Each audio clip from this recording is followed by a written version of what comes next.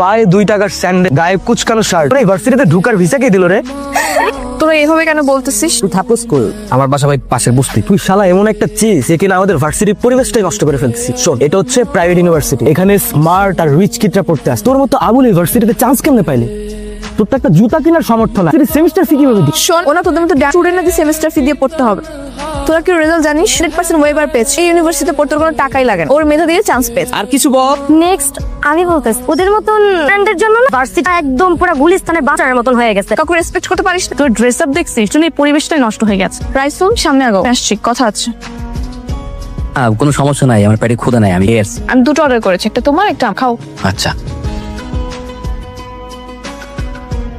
এই শোনো, তুমি তো ম্যাথ অনেক ভালো পারো, আমি না অনেক বেশি দুর্বল। তুমি কি আমাকে একটু ম্যাথ শেখাতে পারবে? শিওর? তাহলে অফ ডে গুলোতে তুমি আমার বাসায় এসে ম্যাথ শেখাবে, বুঝছো? অবশ্যই, কোনো সমস্যা নেই। দেখো তো এটা কেমন। ছেলেদের জুতা তোমার পায়ে মানাবে না, তোমার জন্য মেয়েদের জুতো প্রয়োজন। এটা আমি আমার জন্য নিচ্ছি না, তোমার জন্য। আমার জন্য কেন? আমি তোমাকে গিফট করবো, দেখো তো কেমন। আরে আজকে তোমার জন্মদিন না, আমার জন্মদিন তো 2 মাস আগে চলে গেছে। জন্মদিনে তো কি হয়েছে, আমি তোমাকে এমনি গিফট করবো। না না না, গিফটের দরকার নাই, সমস্যা নেই। গিফট নিবা না? আচ্ছা ঠিক আছে, কালকে থেকে তো তুমি আমাকে টিউশন করাবে, টিউশনের অ্যাডভান্স পেমেন্ট গিফট করবো। মানে? মানে তুমি কালকে থেকে আমাকে ম্যাথ পড়াবে, সেটার অ্যাডভান্স পেমেন্ট হিসেবে তোমাকে আমি গিফট করবো, বুঝছো? পায়ে পড়ে দেখো আগে।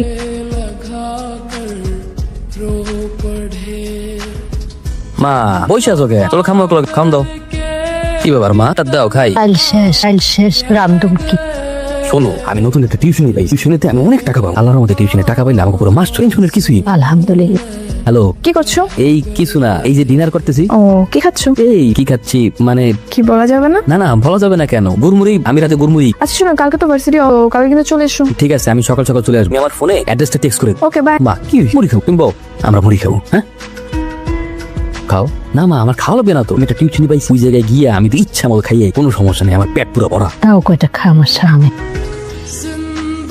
তুমি তো আনইজি ফিল করতেছো কেন? আমরা তো ফ্রেন্ড, চিল। এনো, তুমি তোমার মেধা দিয়ে ম্যাথটা সলভ করবে। অঙ্কের ব্যাপারে প্রথমে যে কথা জানতে হবে, ম্যাথের ভয় পাওয়া যাবে না। ভয় পেলেই কঠিন মনে হবে, জিনিসটাকে ভালোবেসে করতে হবে। তোমাকে দেখাই দেই, ধরো এই অঙ্ক ওটা খাতায় তুললাম, এই ম্যাথটা না 3 ভাবে করো। আমরা সবচেয়ে সহজ উপায় করব। প্রথমে আমরা সূত্রগুলো তুললাম, দেন আমরা ফাংশন বসাবো। এই তো হয়ে গেল। তুমি আবার ট্রাই করো তো, দেখো। ওকে, অতসীর মা বসো। এই ছেলেকে ও তো অতসীর বন্ধু, এই বস্তুটার ছেলে অতসীর বন্ধু হয় কি করে? ভার্সিটির বন্ধু। মামা, প্রতিদিন দুপুর বেলায় 4 বিস্কুট খান, যদি কি আপনি পেট ভরে সারাদিন থাকতে পারেন তো? কোনো সমস্যা নাই। সরি। সরি কেন? তুমি বাবার কথাগুলো শুনে ফেলেছো, হয়তো কষ্টও পেয়েছো। না না, কোনো সমস্যা নাই। শোনো, আমি যেহেতু তোমার কাছে খুব ভালো ম্যাথ বুঝি, তোমার কাছে শিখবো। কালকে থেকে আমি তোমার বাসায় গিয়ে শিখবো। আমার বাসায় তো ওই পরিবেশ নাই। তো সমস্যা কোথায়? এরকম পরিবেশে পড়ে ইউনিভার্সিটি টপার হতে পারে, আমি কেন পারবো না? পড়াশোনা করতে পরিবেশ দরকার। তুই কত প্রাধান্য দিচ্ছিস কেন? ব্যাপার কেমন? কিছুই না, আমি জাস্ট তোকে সাপোর্ট করতেছি। শুধুই সাপোর্ট করতেছি, তো মনে হচ্ছে তোকে ভালোবেসে ফেলেছি, জাস্ট ফ্রেন্ড হিসেবে সাপোর্ট করতেছি। ভাই ভাড়া দিতে পারো না, আবার লজ্জাও লাগে। 2 দিন মাত্র সময় দিতে, ভাড়া দিতে না পারো এর মধ্যে, তাহলে আমি তোমার লাইফে বাইরে কই দেবো। আসো আসো, তুমি আসো, তুমি আসো। তোমার যে কই বসতে দেবো। আরে তুমি ব্যস্ত হয়ে না, তো চলো আমরা শুরু করি পড়াশোনা। আচ্ছা, আন্টি আসসালামু আলাইকুম। ওয়ালাইকুম সালাম। বসো মা। রাইসুল, 20টা টাকা হবে? কেন? ঘরে মেহমান আইছে, একটু চানাচুর বিস্কুট আনাইতাম। আমার কাছে তো মাইন্ডই নাই। তুমি যাও, আমি দেখতেছি, যাও। চলো আমরা পড়াশোনা শুরু করি, আর মুড়ি খাই।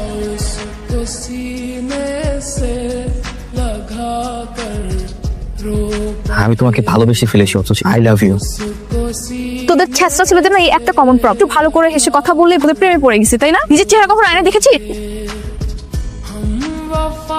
রাইসল, ইউনিভার্সিটির সিদ্ধান্ত ছিল যদি 3.75 পাও তবে কেবলমাত্র তুমি ফুল ফ্রি স্টুডেন্টশিপ পাবে, আর সেক্ষেত্রে তুমি বিনা সেমিস্টার ফিতে পড়াশোনা করতে পারো। কিন্তু তুমি লাস্ট সেমিস্টারে কি করেছো? 3.25 পে। এখন কি হবে? বুঝিনি স্যার, কি করতে হবে? কি করতে হবে না, তোমাকে এখন 25% পে করতে হবে। স্যার, পরিমাণ দাঁড়ায় 9,000 টাকা। কি বলছেন? 9,000 টাকা মানে? এটা তো আমার পক্ষে দেওয়া পসিবলই না। এটা তো আমার দেখার বিষয় না, কিছুটা করেন স্যার, আপনি আমি পড়াশোনা করতে পারবো। এটা ইউনিভার্সিটির রুল। প্লিজ স্যার, আমি স্যার একটু পড়াশোনা করতে চাই স্যার। করছো তুমি? প্লিজ স্যার, ছাড়ো প্লিজ। স্যার আমার স্যার একটাবার সুযোগ দিন স্যার।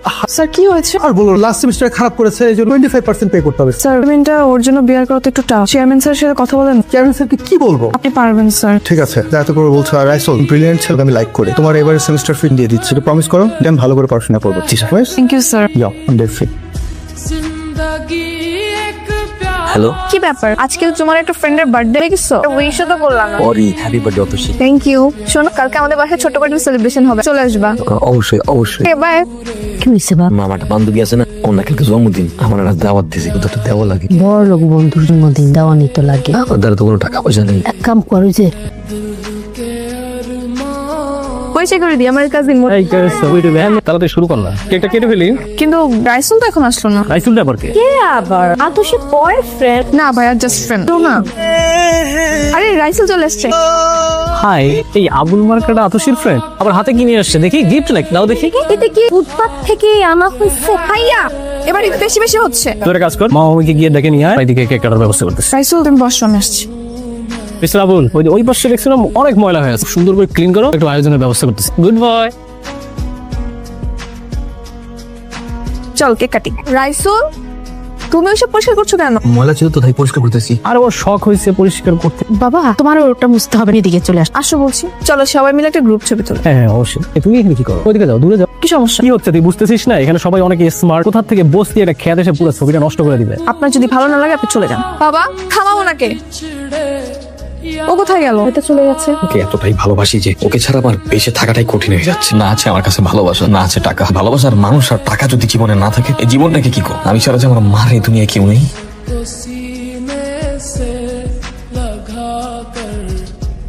হ্যালো, মালটা ডেলিভারি দিছো? ভাই আপনি যারা ফোন করছেন, আমি সাধারণ একজন পথচারী। যারা ফোন করছেন তারা কারা জানি গুলি করে চলে গেছে। আচ্ছা দেখ ভাই, কে আমি তোরা আমি একটা কাজ দিব। লাশের পাশে কি কোনো সুটকেস আছে? হ্যাঁ আছে। তোরা আমি একটা কাজ দিতে, তুই লাশের পাশে যে সুটকেস, এটা গাবতলির বসির পাচারে যা দিয়া যদি কাজটা করতে পারো, আমি 2 লাখ না, তোরা আমি 5 লাখ টাকা দিব। পারবো। আরে যদি তুই মালটা পৌঁছা দিতে না পারো, এটা বিক্রি করতে পারবি না। আচ্ছা পৌঁছা দেওয়ার পরে তুই আমার সাথে যোগাযোগ, ভিতরে বসির পাচার ঠিকানা ডিটেলস পাঠাই দি, ঠিক আছে?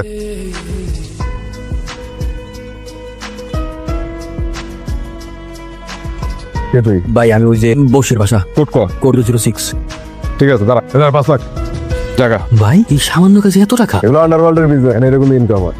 ভাই আমি আপনাদের সাথে কাজ করতে চাই, প্লিজ আমাকে না, আমার অনেক টাকার প্রয়োজন। আপনি যখন যা বলবেন আমি সব করার জন্য রাজি আছি। ঠিক আছে, প্রথম ডেলিভারিটা কাতার হাতে সাকসেসফুলি দিছো, তোর উপরে ভরসা করা যায়। আমি কালকে বছর সাথে তোর ব্যাপারে আলাদা। হ্যাঁ শোন, এই কাজে কিন্তু প্রচুর রিস্ক। পুলিশে ধরলে ক্রস ফায়ার, আর যদি অপোনেন্ট ধরে কিন্তু ডাইরেক্ট মার্ডার। আর ভুলেও কিন্তু আমাদের নাম বলা যাবে না। কোনো সমস্যা নেই, রিস্ক না।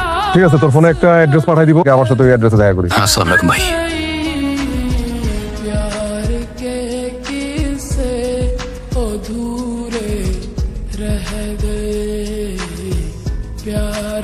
কি আমার সাথে কথাই বলবা না? এটা তুমি কি বললা? আমার অফিসে তোমার সাথে কথা বলবো না। ওকে কাল দেখা সব বারটা।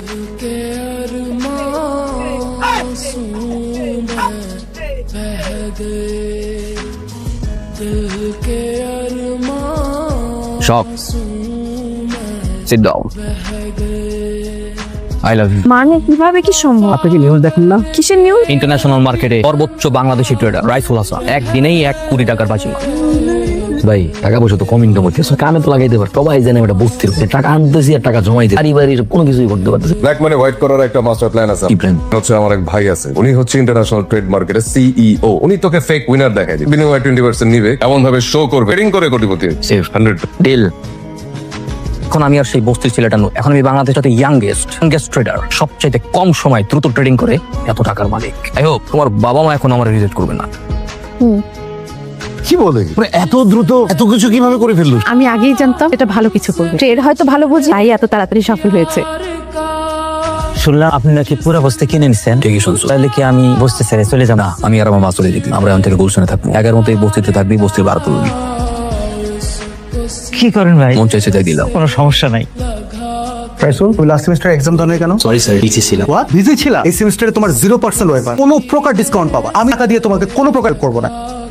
কয় টাকা লাগবে? মানে যা লাগবে সব দিয়ে। তুমি স্যারের সাথে এরকম ব্যবহার করলা কেন? অথচ স্যার আমাকে টাকার খোলা দিচ্ছে, যেটা আমার মোটেও পছন্দ করে না। একেবারে সব টাকা অ্যাডভান্স করে আসছে। যেটাই হোক, তুমি যখন বিপদে পড়েছিলে কিন্তু তোমাকে হেল্প করেছে। তুমি সবকিছু ভুলে গেছো, আর টাকা হয়েছে বল। করছিল ঠিক আছে, স্যারের সাথে দেখা হলে স্যার সরি বল। হ্যাঁ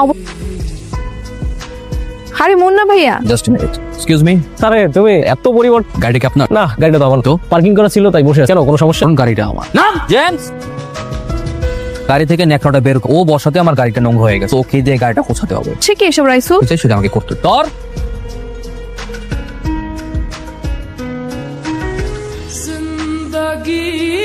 তুমি কি এখনো ব্যস্ত? বলো, সমস্যা নেই। আগে আমরা কত কথা বলতাম, কিছুই ছিল না। তোমার কত কাজ, বিয়ে নিয়ে কিছু ভাবছো? কেন গ্রাজুয়েশন আগে বিয়ে করবো? বাসা আমার জন্য ছেলে দেখছি। তোর বাবা আমাকে বলে রাখো আমি এই করতে তোমাদের বাসায়। অতসী,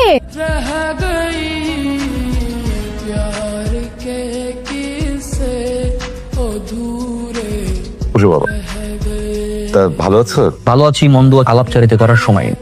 Because আমার কাছে time is money, so better এর জন্য আমরা সেটা নিয়ে কথা বলি। হ্যাঁ, তুমি অতসী আমাকে ভালোবাসো, আমাকে বিয়েও করতে চাও। আন্টি বলতো একটা ম্যাচ জুন অ্যাজ পসিবল। এই নে মান্টিটা রাশিয়াটা দিও। আমি আমাদের বিয়ের জন্য দুবাই থেকে স্পেশাল প্লাটিনামের রিং অর্ডার এনেছি, যদি আমাদের এনগেজমেন্ট হবে। পা নামাও। কি বলছি শুনতে পাচ্ছ? পা নামাও। বাবাই বিয়ে হচ্ছে না। কেন? আমি তোমাকে বিয়ে করছি না। তুমি কি বলতো? আমি যে রাইসুলকে চিনতাম, যাকে আমি ভালোবেসেছি, সেই রাইসুল তুমি না। তোমার পড়লে এই রাসূলকে পছন্দ করে, ওই রাসূলকে না। বিয়েটা আমি করব, আমার ফ্যামিলি না। আমাকে অপছন্দ করার কারণ তোমার অহংকার, তোমার দাম্ভিকতা। এই ইনকামের টাকাগুলো তোমার কষ্টের হতো না, তাহলে হয়তো তোমার এত অহংকার বাড়তো না। একটা কথা মাথায় রাখ, অনেক টাকা হলে মানিত ব্যক্তি বলা যায় না। সম্মান পায় মানুষ তার আচার ব্যবহার, তোমার মধ্যে নেই। তুমি আসতে পারো। কালকে আমার সাথে একটু দেখা করতে পারবা শেষবারের মতো? ঠিক আছে। কি ব্যাপার? সেই আগের বস্তি, স্যান্ডেল, শার্ট, প্যান্ট মানে কি? তুমি ঠিকই বলছি, হুট করে এতগুলো টাকা পাওয়ার পর মানুষ হয়ে গেছি। আমি এখন মানুষ হয়েছি, পড়াশোনা শেষ, সৎভাবে উপার্জন। ভালো তো, আমাকে কেন ডেকেছো? সত্যি বলতে তোমাকে একটা সত্য জানাতে চাই। কি সত্য? এই মেয়ে নিঃস্বার্থ ভাবে ছেলেকে ভালোবাসতে, ওই ছেলেটা এই মেয়েটার জন্য ঠিক উপরে ফেলতে পারে। টাকা পয়সা, বাড়ি গাড়ি, সব তো কোনো কিছুই না। তাই আমি আমার যত স্থাত সম্পত্তি আছে, যা সবকিছু বিভিন্ন এতিমখানা মাথা করে দিয়ে এসেছি। সব তো তোমার ব্ল্যাক মানি ছিল। তুমি কিভাবে জানলে? তুমি কি ভাবছো আমার সবকিছু আমার কাছে অজানা? আমি সবই জানতাম। খুব ভালো হয়েছে যে নিজের ভুলটা বুঝতে পেরে সূর্য নিয়েছো। আমি শুরু থেকে তোমাকে ভালোবাসি, তোমার মায়া পড়েছি, কিন্তু আমি জানতাম আমার ভালোবাসার কোনো পরিণতি। আমি যদি আমার নিজের অবস্থান আমাদের ফ্যামিলির প্রস্তাব পাঠাই, এটা কখনো তারা গ্রহণ করবে না। আমি আমার নিজের অবস্থান, আর এই সবকিছুর মূলে ছিল টাকা। টাকার জন্য আমি এমন কোনো জায়গা নাই, নিজের ঘর বলো, বাড়ি, ভার্সিটি, ফ্রেন্ড, বন্ধু বান্ধব, এমন কোনো প্লেস নাই যে অপমান অবোধ হয়নি। ইভেন তোমার ফ্যামিলির সামনেও কিভাবে কামাবো এটাই ছিল আমার প্রধান লক্ষ্য। বৈধ হোক আর অবৈধ, তোমাকে পাওয়ার জন্য আমি সবকিছু করার জন্য রাজি। আমি জানতাম টাকা কামাতে না পারবো, আমার ফ্যামিলি আমাকে গ্রহণ করবে না। তো টাকার মালিক হওয়ার পরে তোমার ফ্যামিলি আমাকে ঠিকই গ্রহণ করবে, কিন্তু তুমি আমাকে গ্রহণ করবে না। তুমি তোমার চোখ দিয়ে যেভাবে আমাকে দেখে, আমি তোমাকে সেভাবে দেখি। এখন কি আমি ভালোবাসবে? ভালোবাসি বলেই তো আসছি।